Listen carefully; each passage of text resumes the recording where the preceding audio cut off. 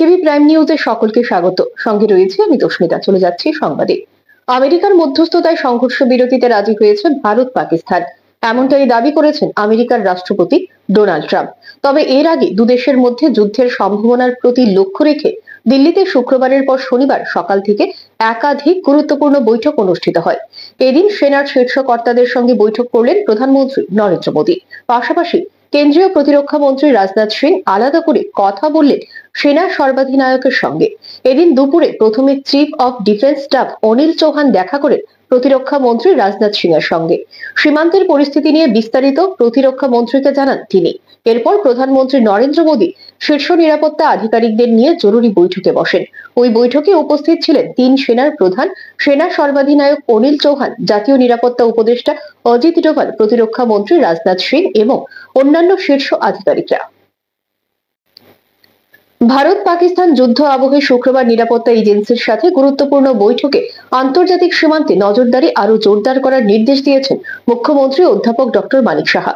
শনিবার সাংবাদিকদের মুখোমুখি হয়ে মুখ্যমন্ত্রী এ বিষয়ে বলেন যে বর্তমান পরিস্থিতিতে কেন্দ্র সরকারের দেখানো রাস্তায় চলছে রাজ্য সরকার। এদিন মুখ্যমন্ত্রী বলেন, যুদ্ধ আবহে প্রধানমন্ত্রী নরেন্দ্র মোদী, স্বরাষ্ট্রমন্ত্রী অমিত শাহ এবং প্রতিরক্ষা মন্ত্রীর দেখানো দিক নির্দেশেই চলছে রাজ্য সরকার। আপাতত ত্রিপুরায় এখনো পর্যন্ত কোনো সমস্যা দেখা যায়নি। তারপরও যুদ্ধ আবহে নিরাপত্তা এজেন্সির সাথে গুরুত্বপূর্ণ বৈঠকে আন্তর্জাতিক সীমান্তে নজরদারি আরো জোরদার করার নির্দেশ দিয়েছেন তিনি। कोऑर्डिनेशन के लिए मैंने इन लोगों को बताया ताकि पूरा बॉर्डर जो है थोड़ा सा मैंने ठीक ठाक से बंदोबस्त रहे। यही बस इतना ही मैंने इन लोगों को हर चीज़ के मामले में केंद्रीय सरकार माननीय प्रधानमंत्री जी के निर्देश के अनुसार हमारे डिफेंस मिनिस्टर से शुरू करके फिर हमारे एक्सटर्नल मिनिस्टर से शुरू करके सभी ने पूरा किस तरह क्या करना है, पूरा डू और डोंट, ये पूरा हम लोगों को निर्देश का यहाँ मिलता रहता है। उस हिसाब से काम चल रहा है। कहाँ एयरपोर्ट बंद रहेगा, कैसे सुरक्षा होना चाहिए, लेकिन हमारे तरफ से बहुत त्रिपुरा में जो है सब उस हिसाब से तैयार है, कोई दिक्कत नहीं होना।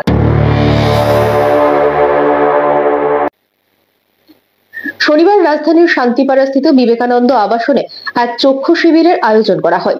প্রবীণ নাগরিক সংঘ ও একটি চক্ষু চিকিৎসা প্রতিষ্ঠানের যৌথ উদ্যোগে হয় এই শিবির। সেখানে উপস্থিত ছিলেন স্থানীয় কর্পোরেটর রত্না দত্ত সহ আরো অনেকে। শিবিরে মুখ্যমন্ত্রী তার ভাষণে বলেন, এত সুন্দর একটি চক্ষু শিবির করার জন্য আমি প্রবীণ নাগরিক সংঘকে আন্তরিক অভিনন্দন জানাই। আমি এই এলাকারই বাসিন্দা। দেখতে দেখতে তারা প্রবীণ হয়েছেন, একসময় যুবকও ছিলেন। ওনাদের মধ্যে কিছু করার একটা প্রবণতা সবসময়ই ছিল। তাদের এই উদ্যোগ সত্যিই প্রশংসনীয় বলে মুখ্যমন্ত্রী জানান। এদিন অনুষ্ঠান শেষে শিবিরটি ঘুরে দেখেন তিনি। যেহেতু আমি এই এলাকারই, আমি দেখতে দেখতে ওনারা প্রবীণ হয়েছেন, কিন্তু কোনো এক সময় যুবকও ছিল। তো সেই অবস্থার মধ্যে ওনারা নিজেরা যখন উদ্যোগ নিলেন এবং অনেকদিন ধরে বিভিন্নভাবে ওনাদের মধ্যে আমি দেখেছি সবসময় একটা কিছু করার একটা তাগিদ ওনাদের মধ্যে সবসময় থাকতো। এখানে আমার পূর্ববর্তী বক্তা ডক্টর মজুমদার অলরেডি বলেছেন যে যদিও প্রবীণ, কিন্তু যুবকদের থেকেও উনি অনেক বেশি ওনাদের মধ্যে যে মানে উদ্যোগ দেখা যায়, যে স্ফূর্ততা দেখা যায়, সেটা আমরা কিন্তু দেখতে পাই। আমি বিশেষ করে এই ধরনের আয়োজন, প্রবীণ নাগরিক সংঘকে যে এই ধরনের আয়োজন রাখার জন্য, এত সুন্দর একটা চক্ষু শিবিরের আয়োজন, তার জন্য আমি আন্তরিক অভিনন্দন জানাচ্ছি। এখানে অশ্বিনী নেত্রালয়ে বলা হয়েছে 2 বছর হলো এখানে এসছে এবং ওনার ছেলে আমাদের যিনি ডিএচএস আছেন ওনারই ছেলে, এবং আমি কয়েকবার ওনার যে সেন্টার আছে সেখানে আমি গিয়েছি এবং কয়েক বছরের মধ্যে আধুনিক যেসব চিকিৎসা দরকার সেগুলো কিন্তু সেখানে উনি অলরেডি সেখানে সেট আপ করেছেন এবং প্রচুর মানুষ তার সুখ্যাতি শুনে এখন সেখানে। এখন সময় বিজ্ঞাপনের জন্য ছোট্ট একটি বিরতি, সঙ্গে থাকুন।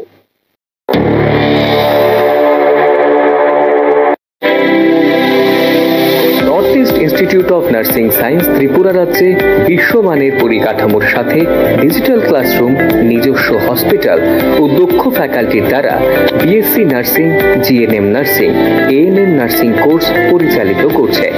রয়েছে ভারত সরকার ও ত্রিপুরা সরকারের নার্সিং কাউন্সিলিং এর বিশেষ অনুমোদন। এছাড়াও ইন ক্যাম্পাস রয়েছে উন্নত মানের hostel facility, laboratory, library, indoor sports zone, ওয়াইফাইয়ের সুবিধা। ছাত্রছাত্রীদের জন্য রয়েছে বাসের ফ্যাসিলিটি। তাই নার্সিং পড়তে এখন আর বহির্রাজ্যে নয়, নিজের রাজ্যে 100% প্লেসমেন্ট অ্যাসিস্ট্যান্সের সাথে নার্সিং পড়ার স্বপ্ন পূরণ করুন।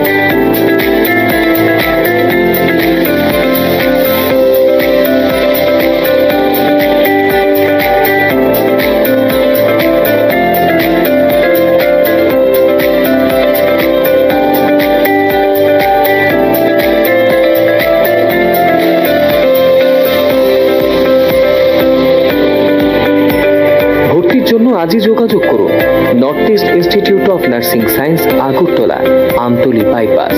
ফোন নম্বর 7085155609, 7005127202, 0381231506, 8257808056 অথবা ভিজিট করুন www.neins.ind.in, a unit of Devlook Hospital.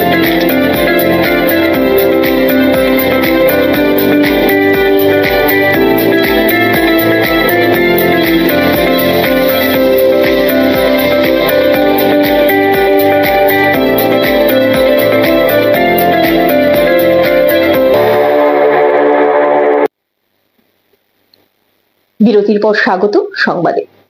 Bharat Pak দুদেশের মধ্যে উত্তেজনার আবহে আগামী 14 মে পর্যন্ত হজ যাত্রীদের জন্য যাবতীয় চার্টার্ড উড়ান বাতিল করল জম্মু ও কাশ্মীর হজ কমিটি। অন্যদিকে তীর্থযাত্রীদের নিরাপত্তার কথা মাথায় রেখে চারধাম যাত্রার হেলিকপ্টার পরিষেবাও বন্ধ করেছে স্থানীয় প্রশাসন। শনিবার এই সংক্রান্ত একটি বিজ্ঞপ্তি জারি করেছে জম্মু ও কাশ্মীর হজ কমিটি। সেখানে বলা হয়েছে, বর্তমান পরিস্থিতিতে 14 মে পর্যন্ত নির্ধারিত সমস্ত চার্টার্ড হজ উড়ান বাতিল করা হয়েছে। বিজ্ঞপ্তিতে বলা হয়েছে, আপাতত তীর্থযাত্রীদের ধৈর্য ধরতে এবং পরবর্তী নির্দেশের জন্য অপেক্ষা করার পরামর্শ দেওয়া হচ্ছে। সুপ্রিম কোর্টের বিচারপতি সূর্যকান্তকে ন্যাশনাল লিগ্যাল সার্ভিসেস অথরিটির চেয়ারম্যান হিসেবে মনোনীত করলেন রাষ্ট্রপতি দ্রৌপদী মুর্মু। 1987 সালের লিগ্যাল সার্ভিসেস অথরিটি অ্যাক্ট অনুসারে আইন ও বিচার মন্ত্রকের তরফে রাষ্ট্রপতির এই মনোনয়ন সম্পর্কিত নির্দেশিকা প্রকাশ হয়। প্রসঙ্গত উল্লেখ্য, সুপ্রিম কোর্টের দ্বিতীয় সিনিয়র বিচারপতিকে নালসার এক্সিকিউটিভ চেয়ারম্যান হিসেবে নির্বাচন করা হয়ে থাকে। বর্তমানে নালসা এক্সিকিউটিভ চেয়ারম্যান বিচারপতি বি.আর. গাভাই আগামী 14 মে সুপ্রিম কোর্টের প্রধান বিচারপতি পদে অভিষিক্ত হতে চলেছেন। এর কারণ, আগামী 13 মে অবসর নিচ্ছেন প্রধান বিচারপতি সঞ্জীব খান্না। ভারতের 26টি জায়গায় গত 24 ঘন্টায় হামলার চেষ্টা করেছে পাকিস্তান, আর ভারতীয় সেনাবাহিনীও তার মোক্ষম জবাব দিয়েছে। শনিবার সকালে সেনাবাহিনীর তরফে একথা স্পষ্ট করে দিলেন কর্নেল সোফিয়া কুরেশি। পাকিস্তানের মোট 60টি জায়গায় আঘাত করেছে ভারত।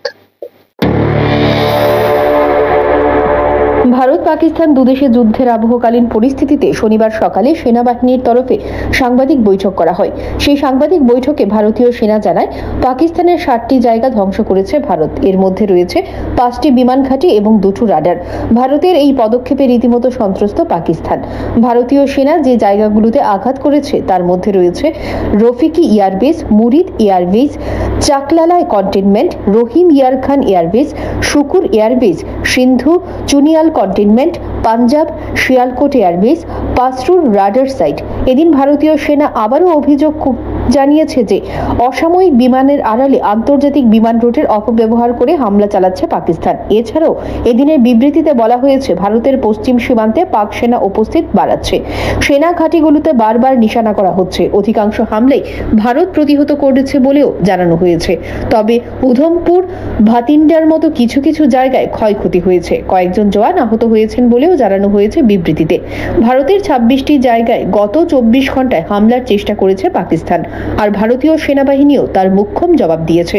সেনাবাহিনীর তরফে একথা স্পষ্ট করে জানিয়ে দিলেন কর্নেল সোফিয়া কুরেশি। সাংবাদিক বৈঠকে উপস্থিত ছিলেন ভারতের বিদেশ সচিব Vikram Misri. Bureau report, AKB TV. Bharat ও পাকিস্তানের মধ্যে চলা যুদ্ধকালীন পরিস্থিতি তথা সাময়িক উত্তেজনা কমাতে এবার তৎপর হলো G7 দেশগুলো। ভারতীয় সময় অনুযায়ী শুক্রবার রাতে পেহেলগাঁও হামলার নিন্দা করে যৌথ বিবৃতি পেশ করলো G7 গোষ্ঠীভুক্ত 7টি দেশ। Canada, France, Germany, Italy, Japan, Britain এবং আমেরিকার বিদেশ মন্ত্রীদের তরফে জারি করা হয়েছে এক বিবৃতি। গত 22 এপ্রিল কাশ্মীরের পেহেলগামে পাকিস্তানের মদতে সন্ত্রাসবাদী হামলায় প্রাণ হারায় 26 জন নিরীহ পর্যটক। সেই হামলার পাল্টা পাকিস্তানের মাটিতে সন্ত্রাসের আঁতুড়ঘরে হামলা চালায় ভারত। বেছে বেছে শুধুমাত্র জঙ্গি সদর দপ্তরে হামলা চালিয়ে তা ধ্বংস করা হয়। এই হামলায় প্রাণ যায় শতাধিক জঙ্গির। যদিও ভারতের তরফে স্পষ্ট জানানো হয় এই নিখুঁত হামলা শুধুমাত্র জঙ্গি ঘাঁটি লক্ষ্য করে চালানো হয়েছে। পাকিস্তানের সেনাবাহিনী বা সাধারণ নাগরিকদের কোনো ক্ষতি করা হয়নি। কিন্তু সন্ত্রাসের আঁতুড়ঘরে হামলার ঘটনায় পাল্টা ভারতের অসামরিক নাগরিকদের নিশানা করে পাকিস্তান। গত কয়েকদিন ধরে পেহেলগামে ড্রোন হামলা চালানো হচ্ছে পাকিস্তানের তরফে। এর পাল্টা জবাব দিচ্ছে ভারতেও। পেহেলগামের ঘটনাকে কেন্দ্র করে ভারত ও পাকিস্তানের মধ্যে ক্রমবর্ধমান উত্তেজনায় উদ্বিগ্ন গোটা বিশ্ব। আগেই পেহেলগামে হামলার ঘটনা আলাদা আলাদাভাবে নিন্দা জানিয়েছিল বিশ্বের বেশিরভাগ দেশ। Canada, France, Germany, Italy, Japan, Britain এবং আমেরিকাকে নিয়ে গঠিত G7 পেহেলগাম হামলার নিন্দা করে যৌথভাবে বিবৃতি পেশ করলো। G7 এর তরফে জারি করা বিবৃতিতে বলা হয়েছে, আমরা ভারত ও পাকিস্তান দু দেশকেই সর্বোচ্চ সংযম প্রদর্শনের জন্য আবেদন জানাচ্ছি। Bureau report, AKB TV. Bharat Pakistan দুদেশের মধ্যে যুদ্ধকালীন পরিস্থিতির আবহে রামনগর বর্ডার এলাকায় কোনো রকমের আতঙ্কিত হওয়ার কারণ নেই। শনিবার সংবাদ মাধ্যমের মুখোমুখি হয়ে এমনটাই বললেন 7 রামনগর এলাকার বিধায়ক দীপক মজুমদার। তিনি বলেন, আমাদের দেশ ও রাজ্যের প্রতিটি সীমান্ত সুরক্ষিত আছে। যেহেতু বাংলাদেশের সঙ্গে আমাদের সরাসরি যুদ্ধের কোনো বিষয় নেই, তাই সীমান্ত সুরক্ষিত আছে। এদিকে পাকিস্তানের জঙ্গিরা ভারতকে ধ্বংস করার জন্য উঠে পড়ে লেগেছে। ভারতীয় সেনাবাহিনী এর যোগ্য জবাব দিচ্ছে। এর জন্য সেনাবাহিনীকে ধন্যবাদ জানিয়েছেন তিনি। পরিস্থিতি ভারতবর্ষের পাকিস্তানের মধ্যে বাংলাদেশ সীমান্তে যেহেতু আমার 7 নম্বর বিধানসভা, তাতে এই এলাকার মানুষ কতটা সুরক্ষিত। আমি প্রথমে আপনাদের অবহিত করেছি সেই বিষয়ে ভারত সরকার আমাদের মাননীয় মুখ্যমন্ত্রী প্রফেসর ডক্টর মানিক শাহ গতকালকে একটা উচ্চ পর্যায়ে মিটিং করেছেন বিভিন্ন দপ্তরের সঙ্গে। কাজে আমার বলতে আপত্তি নেই যে আমাদের সমস্ত সীমান্ত, ভারতবর্ষের সমস্ত প্রদেশের সঙ্গে যে সীমান্ত আমাদের মিত্র বা শত্রু রাষ্ট্রের সবগুলি সুরক্ষিত আছে। বিশেষ করে আমাদের যেহেতু বাংলাদেশের সঙ্গে আমাদের সরাসরি কোনো যুদ্ধের বিষয় এখন নেই, এখন পাকিস্তানের সঙ্গে সন্ত্রাসবাদী মদত তথা পাকিস্তানের সঙ্গে ভারতের পাকিস্তান জঙ্গি ঘাঁটিগুলি ধ্বংস করার জন্য ভারত সেনাবাহিনী বীরত্বে কাজ করে যাচ্ছেন এবং তারা সফল হচ্ছেন। আমি এই সেনানীদেরও ধন্যবাদ জানাই, শুভেচ্ছা জানাই এবং কৃতজ্ঞতা জানাই যে দেশের সীমান্ত রক্ষায় তারা কিন্তু ভালো কাজ করছে। প্রয়াত হলেন করবুক বিধানসভার প্রাক্তন বিধায়ক বুর্বমোহন ত্রিপুরা। দুরারোগ্য রোগে আক্রান্ত হয়ে চিকিৎসাধীন অবস্থায় শনিবার শেষ নিঃশ্বাস ত্যাগ করেন তিনি। এদিন তার মৃতদেহ বিধানসভার সামনে নিয়ে আসলে শোক প্রকাশ করেন সতীর্থরা। প্রয়াত বিধায়ককে পুষ্পস্তবক অর্পণ করে শ্রদ্ধার্ঘ অর্পণ করেন মন্ত্রী সুশান্ত চৌধুরী, মন্ত্রী বৃষকেতু দেববর্মা, বর্ষিয়ান বিধায়ক তথা প্রাক্তন মন্ত্রী সুদীপ রায় বর্মন, বিধায়ক দীপক মজুমদার প্রমুখ। শোকবার্তায় মন্ত্রী সুশান্ত চৌধুরী বিধায়ক সুদীপ রায় বর্মন প্রয়াতের স্মৃতিচারণ করে শ্রদ্ধা নিবেদন করেন এবং তার পরিবারের সদস্যদের প্রতি সমবেদনা জানান। তার প্রয়াণে রাজনীতিতে বিরাট ক্ষতি হয়েছে, যা পূর্ণ করা সম্ভব নয় বলে এক বাক্যে স্বীকার করেন প্রত্যেকেই। আজকে শুনলাম যে উনি আজ আমাদের মধ্যে নেই, এই লোকের মায়া ত্যাগ করে পরলোক গমন করেছেন। ওনার এই প্রয়াণে ৭৯ বছর বয়স ওনার প্রয়াণ হয়েছে এবং নিশ্চয়ই রাজনীতিতে ক্ষতি হলো, কারণ সহজ সরল মানুষ রাজনীতিতে থাকা প্রয়োজনীয়, সেটা আমরা উপলব্ধি করতে পারি। মানুষের কাছে বরগুনা বিধানসভার উন্নয়নে যে ভূমিকা উনি রেখে গেছেন, সেখানকার মানুষ সেটা স্মরণ রাখবে। আমরা শাসক দলের পক্ষ থেকে, এখানে শাসক বিরোধী প্রত্যেকেই আছেন, আমরা ওনার পরিবারকে সমবেদনা জানাচ্ছি, সহমর্মিতা জানাচ্ছি, এবং এই লস কখনো এটা পূরণ হবে না। তারপরেও আমরা মনে করি যে একজন নিপাট, সহজ সরল ভদ্রলোক মানুষ, উনি চলে গেছেন। আমার সঙ্গে ব্যক্তিগতভাবে খুবই ভালো সম্পর্ক ছিল, আমরা একই জায়গায় থাকতাম আমাদের বুদ্ধ মন্দির স্থিত পুরনো এমএনও হোস্টেলে, এবং খুব কাছ থেকে ওনাকে দেখেছি। পরিবর্তনের একজন সহযোদ্ধা 2018 সালে আমরা হারিয়েছি। দুরারোগ্য ক্যান্সার রোগে উনি ভুগছিলেন, হাসপাতালে শেষ নিঃশ্বাস ত্যাগ করলেন আজকে সকালবেলা। অপূরণীয় ক্ষতি সমাজের জন্য, বরগুনা বিধানসভা কেন্দ্রের জন্য, এবং আমাদের সকলের মায়া মমতা ত্যাগ করে আজকে উনি চলে গেছেন। এক শর্টে যদি বলি, finest example of how a public representative should be.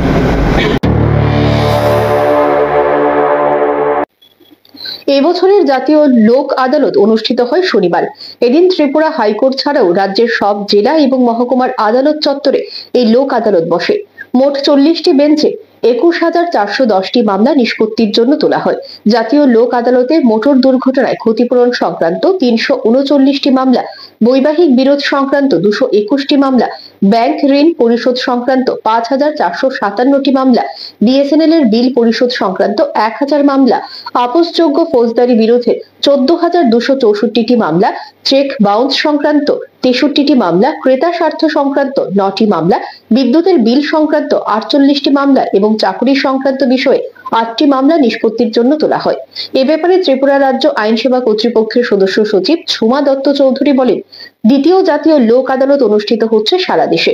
সারা দেশের সাথে ত্রিপুরা রাজ্যের সকল জেলা ও মহকুমার আদালতগুলোতে আমাদের লোক আদালত বসেছে। মোট 21,410টি মামলা নিষ্পত্তির জন্য নেওয়া হয়েছে বলে তিনি জানান।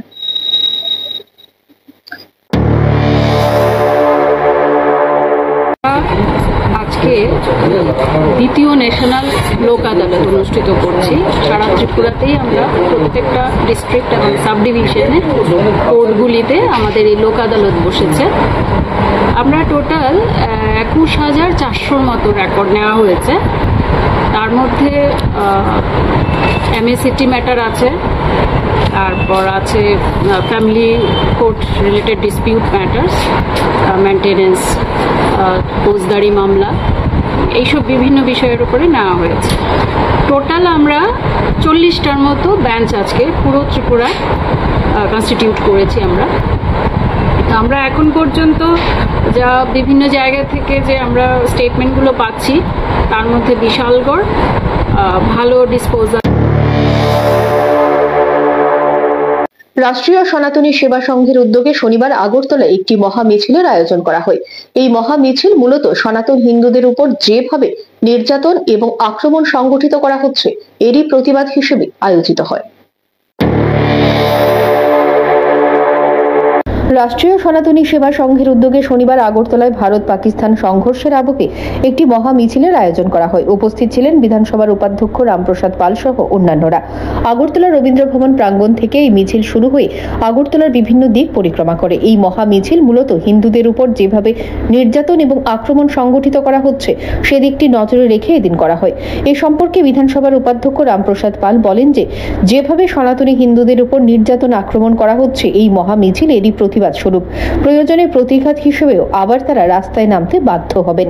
তবে এদিন তিনি সাফ জানান, সনাতন ধর্মে অপর সকল ধর্মের প্রতি সহনশীলতা যেমন রয়েছে, তেমনি সনাতন ধর্ম কোনো হিংসায় বিশ্বাস করে না। তবে দেশের মধ্যে কোনো কোনো অংশ থেকে চক্রান্ত করা হয়ে থাকে। এই ধরনের কোনো চক্রান্ত কাজে আসবে না বলেও দ্ব্যর্থহীন ভাষায় জানান তিনি। আমাদের সনাতনী ধর্মের লোকেরা আক্রান্ত। তাই আজকে আমরা রাস্তায় নেমেছি প্রতিবাদ করতে। প্রতিবাদ করতে নেমেছি। প্রয়োজন হলে আমরা প্রতিশোধ নেওয়ার জন্য আবার রাস্তায় নামবো। এইভাবে আমাদের সনাতনী ভাইদেরকে এইভাবে খুন করবে আর আমরা চুপ করে বসে থাকবো? আমরা যদিও সনাতনী ধর্মের লক্ষ্য এবং আমাদের যে আদর্শ, আমরা কাউকে হিংসা করতে জানি না, আমরা কাউকে ঘৃণা করতে জানি না, আমরা সমস্ত ধর্মকে সম্মান দিতে চাই। কিন্তু রাইট আছে আমরা আমাদের ধর্মকে রক্ষা করার জন্য, আমাদের হিন্দু সনাতনীদেরকে রক্ষা করার জন্য আমরা সেটা যে কোনো মূল্যে হোক আমরা করতে চাই। তাই আজকে আমরা রাস্তায় নেমেছি। আবারও নিচ্ছে বিজ্ঞাপনের জন্য ছোট্ট একটি বিরতি, সঙ্গে থাকুন।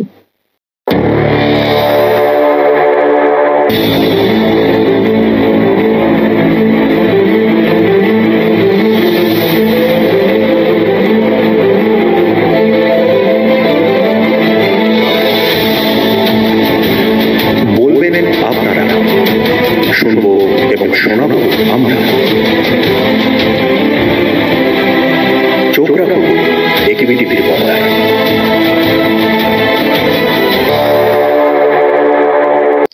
বিরতির পর ফিরে এলাম সংবাদে। গোপন খবরের ভিত্তিতে মতিনগর এলাকা থেকে সুকু মিয়া নামে এক ব্যক্তিকে ইয়াবা ট্যাবলেট, হেরোইন সহ আটক করে আমতলী থানার পুলিশ। সংবাদ মাধ্যমের মুখোমুখি হয়ে শনিবার এই বিষয়ে জানান আমতলী থানার ওসি হিমাদ্রি সরকার। তিনি জানান যে গোপন খবরের ভিত্তিতে মতিনগর এলাকা থেকে তাকে আটক করা হয়েছে। তার কাছ থেকে 33 গ্রাম হেরোইন, 133 গ্রাম ইয়াবা ট্যাবলেট এবং 2 প্যাকেট খালি ভাওয়েল পাওয়া যায়। এছাড়া কিছু হেরোইন ভর্তি ভাওয়েল পাওয়া যায়। অভিযুক্তের বিরুদ্ধে এনডিপিএস ধারায় মামলা নেওয়া হয়েছে এবং এই বিষয়ে তদন্ত চলছে বলে জানান তিনি। অভিযুক্তকে শনিবার আদালতে সোপর্দ করা হয় বলে জানা যায়।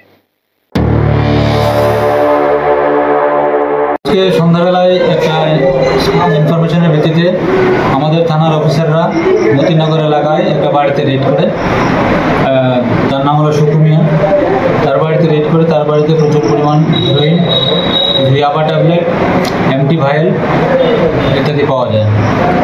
তো আমরা এনডিপিএস আইনের সমস্ত রেসিপি ফলো করে আমরা এগুলো সিজার করেছি। যেখানে পাওয়া যায় 33 গ্রাম হেরোইন, 130 গ্রাম ইয়াবা ট্যাবলেট এবং প্রায় 2 প্যাকেট, বড় 2 প্যাকেট এমটি ভাইল তার কাছ থেকে উদ্ধার করেছি।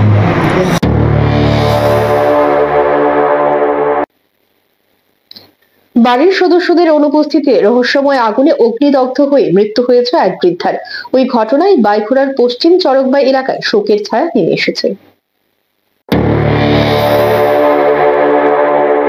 বাইখুড়া থানার অধীনে পশ্চিম চরকবাই এলাকায় রেনুবালা কুরি, বয়স 83 বছর নামে এক বৃদ্ধ মহিলা তার বাড়ির কিছু পরিত্যক্ত জিনিস পুড়িয়ে ফেলার উদ্দেশ্যে অগ্নিসংযোগ ঘটায়। ঘটনা শুক্রবার। জানা যায় সকল পরিত্যক্ত সামগ্রী পুড়িয়ে ফেলার সময় রেনুবালা কুরির শরীরে আচমকাই আগুন লেগে যায়। ওই সময় বাড়িতে একমাত্র তার অসুস্থ স্বামী মাখন কুরি উপস্থিত ছিলেন। বাড়ির অন্যান্য লোকজনেরা অন্যত্র নিমন্ত্রণে চলে গেছে বলে জানা যায়, যার ফলে বাড়ির লোকজনদের অনুপস্থিতির ফলে অসহায় বৃদ্ধাকে আগুন থেকে কেউ রক্ষা করতে পারেননি। এতে করে অসহায় বৃদ্ধা আগুন লেগে মৃত্যুর কোলে ঢলে পড়ে। রাত্রিতে ঘটনার খবর পেয়ে পুলিশ ঘটনাস্থলে উপস্থিত হয়ে বৃদ্ধার মৃতদেহ ময়না তদন্তের জন্য বাইখুড়া প্রাথমিক স্বাস্থ্য কেন্দ্রে নিয়ে যায়। শনিবার মৃতদেহ ময়না তদন্তের পর পরিবারের লোকজনদের হাতে তুলে দেওয়া হয় বলে জানান দায়িত্বরত পুলিশ আধিকারিক। রেনুবালা কুরির অস্বাভাবিক মৃত্যুতে সমগ্র এলাকা জুড়ে শোকের ছায়া নেমে এসেছে। কালকে আমরা একটা ইনফরমেশন পাইলাম ওয়েস্ট চরকবাই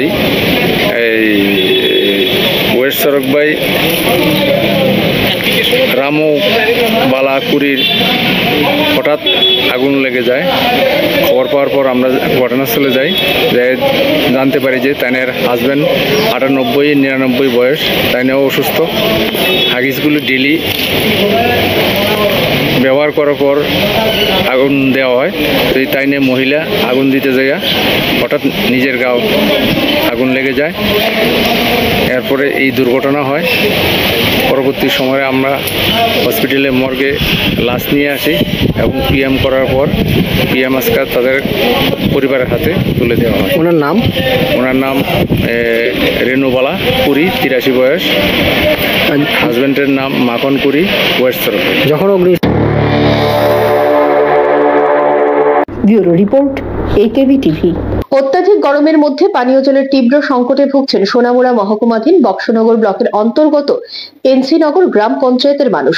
কেন্দ্র সরকারের হর ঘর জল প্রকল্পে বাড়ি বাড়ি পাকা সাপ্লাই বসলেও সেগুলো থেকে আসছে না কোনো জল। মিনি ডিপ টিউবওয়েলের মাধ্যমে অনিয়মিত জল সরবরাহে দিশেহারা গ্রামবাসী। মাঝে মাঝে যে জল আসছে সেগুলো অপরিশ্রুত এবং পানির অযোগ্য বলে জানা গেছে। আয়রন মিশ্রিত পানীয় জল করা যাচ্ছে না কোনো কাজ। জলের জন্য নাজেহাল পরিস্থিতির শিকার গ্রামবাসীরা। পঞ্চায়েত প্রধান সহ স্থানীয় বিধায়ককেও জানিয়ে কোনো কাজ হয়নি। তাই সোনামুড়া মহকুমাধীন এনসিনগর কাটা তার সংলগ্ন সীমান্তবর্তী গ্রামবাসীদের দাবি দ্রুত তাদের সমস্যা নিরসনে উদ্যোগ নিক সংশ্লিষ্ট দপ্তর। এখন দেখার জলের সমস্যা সমাধানে দপ্তর কি পদক্ষেপ নেয়। সাপ্লাই তো বয় দিকে ঠিক আছে, সাপ্লাই পানি তো খান জানা যে অবস্থা পানি লাল পানি আর পানিটি কোনো খাওয়ানোর মতো শক্তি নেই। ফিল্টার একটা বয় দিতে তো হয়তো ফিল্টারের আবাদনারি আমরা। তো আপনারা এখন কিভাবে ব্যবস্থা করতেছেন? পানির একটা যে অসুবিধা, পানির যে কষ্ট, ওই তো পানি এনে লাগে যায়। আবার 7 নম্বরের পানি একটা পানির লাইন আছে, 1 ঘন্টা সারে পানি লোক গিয়ে হসা তো এই আর সমস্যা। তো আপনারা এই বিষয়ে আপনাদের পঞ্চায়েত কর্তৃপক্ষরা জানাইছেন? কইছি তো প্রধান মেম্বারের কাছে কইছি, সবার কাছে কইছি, ওইব আবার ডেইরির আবেদন করছি, ডেই ন দিব কো আর দন আর কত খবর নাই। সংবাদ এখনকার মতো এই পর্যন্তই। আমাদের পরবর্তী সংবাদ দেখার জন্য চোখ রাখুন AKB টিভির পর্দায়। নমস্কার।